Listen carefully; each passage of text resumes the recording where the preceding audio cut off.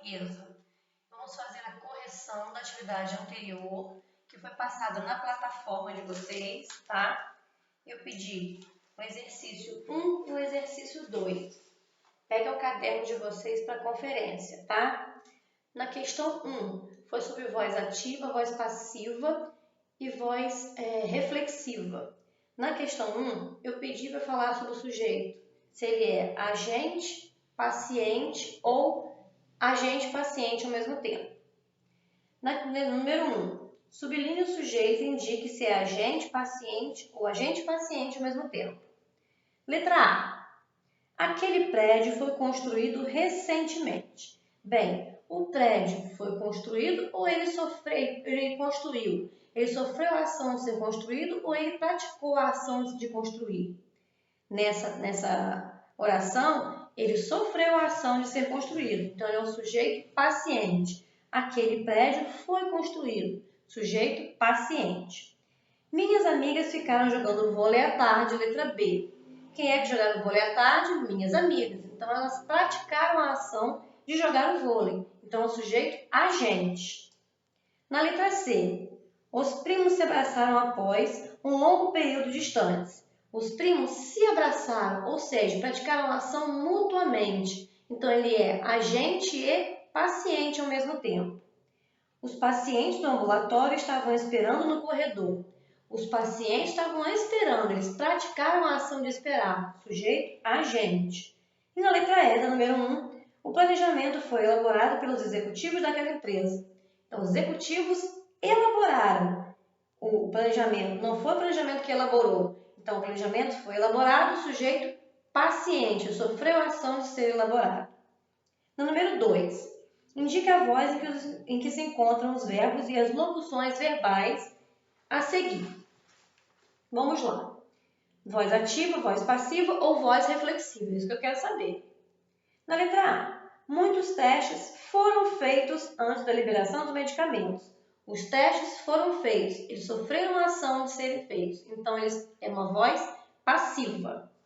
Na letra B, o jardineiro fez um belo trabalho no parque da cidade. Ele fez um belo trabalho, ele praticou a ação de fazer o trabalho. Então, o sujeito, agente, é uma voz ativa. O texto foi escrito pelo jovem poeta. O texto sofreu a ação de ser escrito. Uma voz passiva. Letra D. Márcia se machucou acidentalmente com o martelo. Se ela se machucou, acidentalmente, ela machucou ela mesma. Então, uma voz reflexiva. Letra E. Todos se olharam após a notícia inesperada. Se olharam ao mesmo tempo, uma ação mútua. Então, nós temos uma voz reflexiva. Esse foi o exercício passado na aula anterior. Na aula de hoje, eu peço que vocês peguem a apostila na página 93, tá? A apostila de vocês, página 93, por favor. Para nós falarmos um pouco hoje da estrutura das vozes. Eu falei para vocês que nós temos voz passiva e voz reflexiva e também a voz ativa. A voz passiva se divide em duas partes, tá? Eu tenho a voz passiva analítica e a voz passiva sintética. Na apostila de vocês, está na página 93, fala assim, ó, estrutura da base da voz passiva analítica.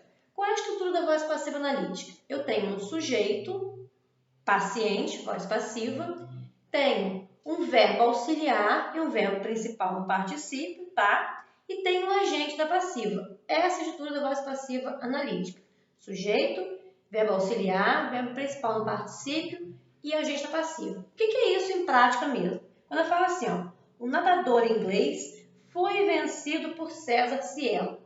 O nadador inglês, sujeito, foi vencido, locução verbal, verbo auxiliar, foi, verbo ser, vencido, verbo vencer no particípio. Foi vencido por César Cielo. E é o agente da passiva. Então, essa é a estrutura da voz passiva analítica. Sujeito, verbo auxiliar, verbo principal no particípio e agente da passiva, tá? Já a voz passiva sintética, eu tenho uma estrutura de um verbo transitivo, tá? Direto, tem a partícula passivadora ser e o sujeito paciente. Quando eu falo assim, ó, assumiu-se uma postura de vanguarda. Assumiu, quem assume alguma coisa. Assumiu o quê? Uma postura, tá? É um verbo transitivo direto. Observação importante. Nunca haverá voz passiva sintética com verbo transitivo indireto. Quando eu falo assim, ó, precisa-se de pedreiros. Precisa-se. Esse se é um índice de indeterminação do sujeito. É um sujeito indeterminado, ok? É uma observação muito importante. A diferença da voz passiva para o sujeito indeterminado é essa. O sujeito indeterminado, o se, só será índice de indeterminação do sujeito quando o verbo for um verbo transitivo indireto. Verbo transitivo direto ocorre a voz passiva sintética, tá? Então, faça os exercícios da página 96. Peço que vocês façam o exercício 20, tá? Façam o exercício 20 da página 96. Essa é a nossa proposta de hoje. Estarei lá na plataforma, no chat, para tirar qualquer dúvida, tá? Mandem as respostas para o chat ou para o e-mail. Obedeçam os plantões, tirem dúvidas, me procurem. Estarei sempre à disposição de vocês. Bom estudo, fiquem em casa, fiquem com Deus.